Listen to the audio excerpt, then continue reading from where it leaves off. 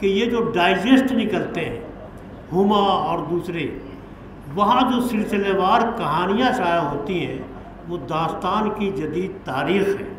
اس لیے بہت ساری باتیں ہیں. صرف داستان کے عواقب پر غور کیجیے اور پھر وہاں سے چلتے ہوئے فاروقی کی وضاحت ایک طرف، وقار عظیم کی وضاحت ایک طرف، ارتضیٰ کریم نے جو داستان کی تنقید کا تنقیدی جائزہ لیا ہے وہ ایک طرف. غور کیجئے کہ میر باقر علی داستان گو نے کیوں اس زمانے میں، ابھی حال کا وقت ہے، داستان کے صنف کو زندہ رکھا. آخر میں شعبہ اردو اور ڈین فیکلٹی آف آرٹس نے مستقبل میں ان کا ارادہ کیا ہے، وہ اور کیا کرنا چاہتے ہیں، اس حوالے سے کہا.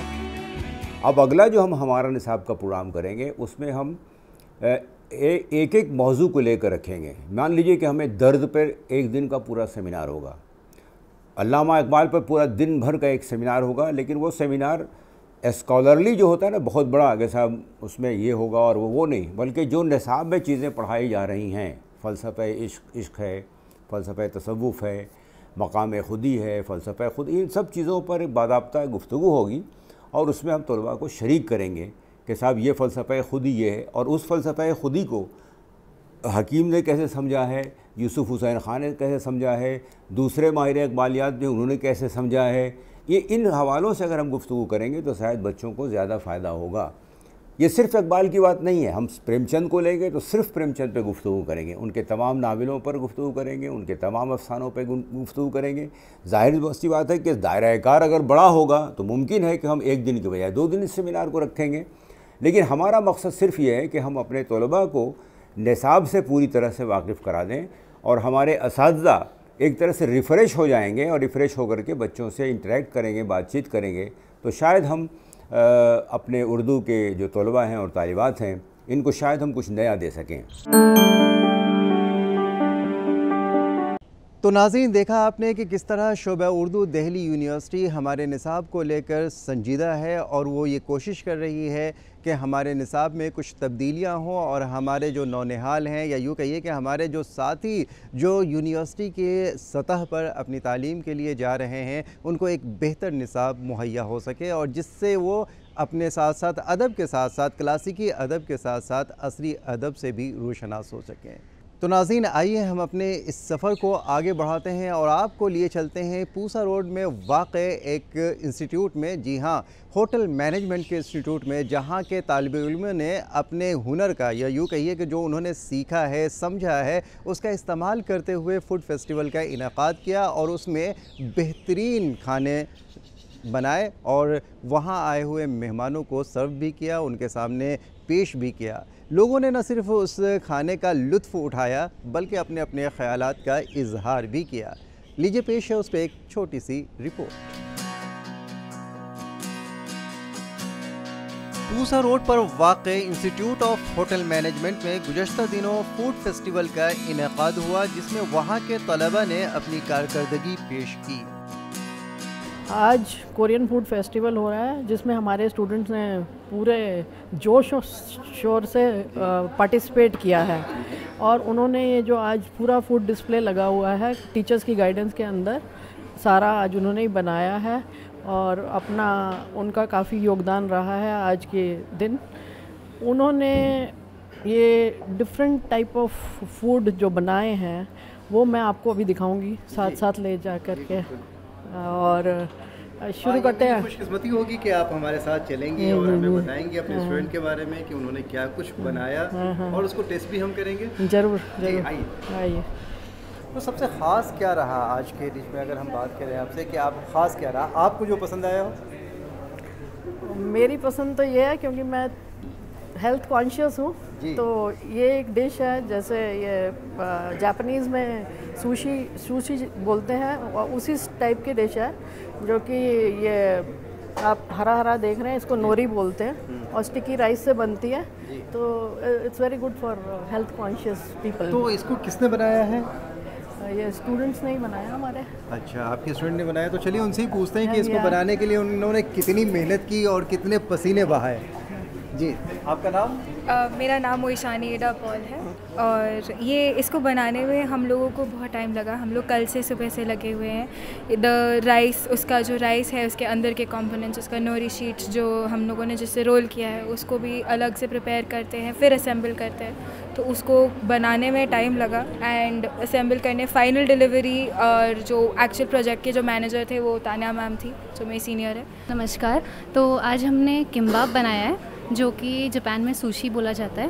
تو اس کو بنانے کے طریقے میں یہ انتر ہوتا ہے کہ جاپان میں جو ہے چاول میں تھوڑا ونیگر ڈالا جاتا ہے جو کہ کھٹا ہوتا ہے, اور کوریا میں نہیں ڈالتے ہیں جو اس میں تل کا تیل ڈالا جاتا ہے. یہاں پہ ہم نے تھوڑے نان ویج طریقے سے بنایا تھا جس میں ہم نے چکن, لیمب اور ٹونا فش یوز کری ہے. اور یہاں پہ ہم لوگوں نے ویجیٹیرین بنایا ہے جس میں ہم نے کئی طرح کی سبزیاں یوز کری ہیں, جس میں گاجر ہے, ایووکاڈو ہے, مشروم ہے, اور ساتھ میں ہم نے یہ کورین ڈپ بنائی ہے جس میں ہم نے سویا سوس ڈالا ہے, ونیگر ڈالا ہے, تل کا تیل ڈالا ہے. اب آپ دیکھیں گے یہ گلاس نوڈل سیلڈ ہے اور یہ اسٹکی رائس ہیں. اور اس کے علاوہ یہاں پر آپ کو کچھ اسٹر فرائیڈ نوڈلز دکھائی دیں گے. ورائٹی کے لیے انہوں نے اسٹر فرائیڈ نوڈلز بھی بنائے ہیں کیونکہ انڈینز کو سیریلز بہت پسند ہوتے ہیں, اس لیے ایک سیریل آئٹم ایسا ہونا چاہیے جس سے ٹمی فل ہو جائے, اس کے لیے یہ ایڈ کیا گیا ہے. اور اب میں اس کو بولوں گی کہ بریسٹ چکن ود ویجیٹیبل کے بارے میں کچھ بتائیں. آج ہم نے میٹ میں چکن بنایا ہے, لیمب بنایا ہے اور پورک بنایا ہے. تو چکن کے ہم نے 2 ورائٹی بنائے ہیں جس میں ہم نے اسٹو بنایا ہے چکن کا ویجیٹیبلس کے ساتھ, جس کے اندر ہم نے چکن ڈائی انکارپوریٹ کیا ہے تاکہ وہ اس کے جوسز جو ہے وہ پورے اسٹو میں آ جائے. پھر ہم نے فرائیڈ چکن بنایا ہے کورین اسٹائل میں وتھ ہنی اینڈ بٹر. یہاں ہم نے لیمب بنایا ہے, لیمب اسٹو بنایا ہے اور فرائیڈ لیمب بھی بنایا ہے سر. اب we have made pork also. ہم نے کوشش کی ہے کہ ہم کچھ زیادہ ایکسٹرا نہ ڈال سکیں تاکہ اس کے جوسز میں وہ پک جائے اور اس کا فلیور ابھر کے آئے.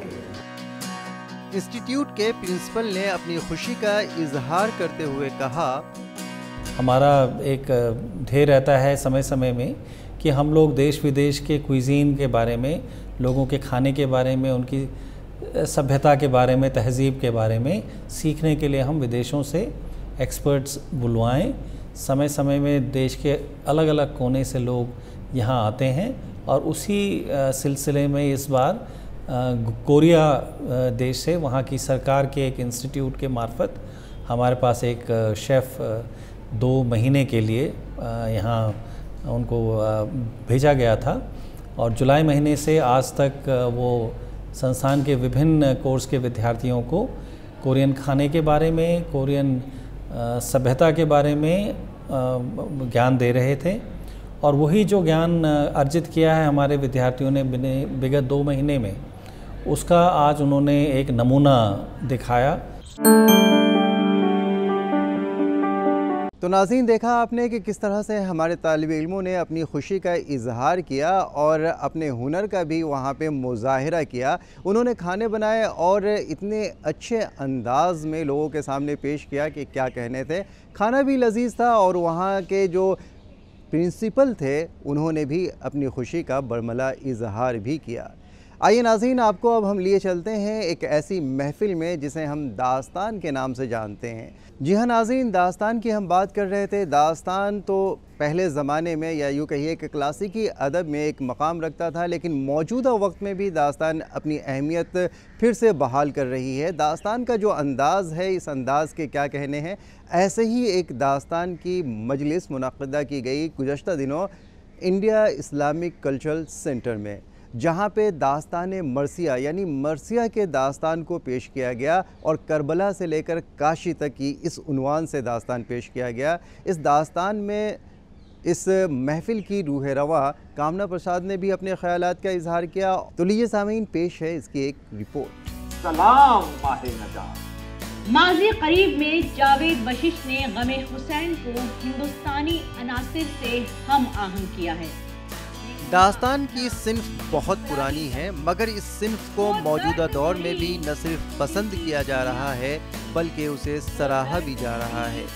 گزشتہ دنوں جشن بہار ٹرسٹ کی جانب سے داستان مرثیہ کربلا سے کاشی تک کا اہتمام کیا گیا. یوں کہا جائے کہ مرثیہ کی پوری تاریخ کو اسٹیج پر لوگوں کے سامنے پیش کیا گیا. سوزے جگر سے آہ کو مارے ہے فاطمہ سر سے ردا کو اپنے اتارے ہے فاطمہ بالوں سے جائے قتل سوارے ہے فاطمہ میدان کربلا میں پکارے ہے فاطمہ درد و علم بجانے غریبم پدید شد فریاد اے خدا کہ حسینم شہید شد فریاد اے خدا کہ حسینم شہید شد. انہوں نے حضرت امام اجلاس کی افتتاحی تقریر میں اس ٹرسٹ کی روح رواں کامنا پرساد نے مرثیہ اور داستان کے حوالے سے گفتگو کرتے ہوئے کہا تو جیسا کہ ہم سب جانتے ہیں مرثیہ عربی کے لفظ رثا سے بنا ہے، معنی ہے میت پہ رونا یا بیان کرنا. یعنی مرثیہ ایسی نظم کو کہتے ہیں جس میں کسی کی وفات پر اس کے اوصاف، اس کی خوبیاں بیان کرتے ہوئے اپنے رنج و غم کا اظہار کیا جائے. تو شروعات تعزیتی نظموں سے ہوئی اور پھر مرثیہ میدان کربلا میں نواسۂ رسول اور ان کے رفقا، ان کے ساتھیوں کی شہادت کا بیان بن گیا. مرثیہ ہماری گنگا جمنی تہذیب کی علامت ہے، ایک ایسی صنف جس کے بغیر ہندوستانی ادب کی تاریخ ادھوری ہے، جس نے شاعری کے حسن و وقار میں اضافے کیے ہیں. گنگا اور یمنا کے ساحل سے بھی اٹھتے ہیں علم، القامہ کتنا بڑا تیرا قبیلہ ہو گیا. ہندوستانیت کا رنگ لیے سانحہ کربلا کی ایسی ترجمانی جو عہد در عہد مقبول ہوئی ہے، جس نے اپنے وطن کے مختلف فرقوں اور طبقوں کو آپس میں جوڑنے کا کام کیا ہے.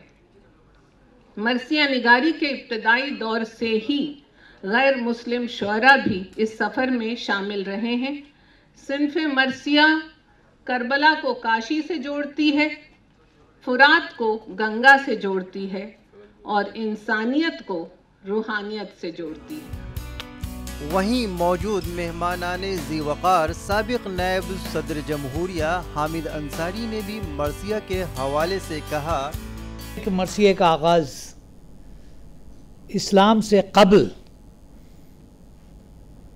عربوں میں ہوا، اور اس زمانے کا ٹریڈیشن یہ تھا کہ مرثیہ خوانی صرف خواتین کرتی تھیں. مگر وہاں سے بات بڑھتے بڑھتے جو 4 چاند لگے ہیں مرثیہ خوانی میں، مرثیہ گوئی میں، وہ ہندوستان میں لگے. دکن سے شروع ہوئے، دلی اور لکھنؤ میں اختتام تک پہنچی، اور لوگ آئے. خواجہ الطاف حسن حالی صاحب نے لکھا سر سید کا مرثیہ، اور لوگوں نے لکھا. تو یہ ادب کا ایک جز بن گیا، اور بہت اچھا جز بنا.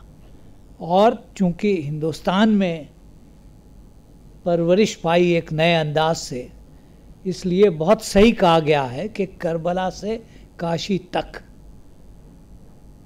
پہنچ گئی، اور بہتر سے بہتر انداز میں وہی بات کہی گئی.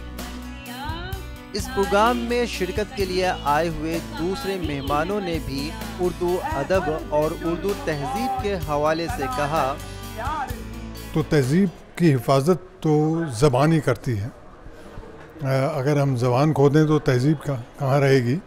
اور جشن بہار جو ہے وہ اول درجے کی خدمت کر رہا ہے اردو زبان کو زندہ رکھنے کے لیے. ہم نے بھی بہت کوشش کی تھی علی گڑھ مسلم یونیورسٹی میں کہ اردو زبان زندہ رہے. ہمارا فرض بنتا ہے کہ اپنے بچوں کو اردو ضرور سکھلائیں.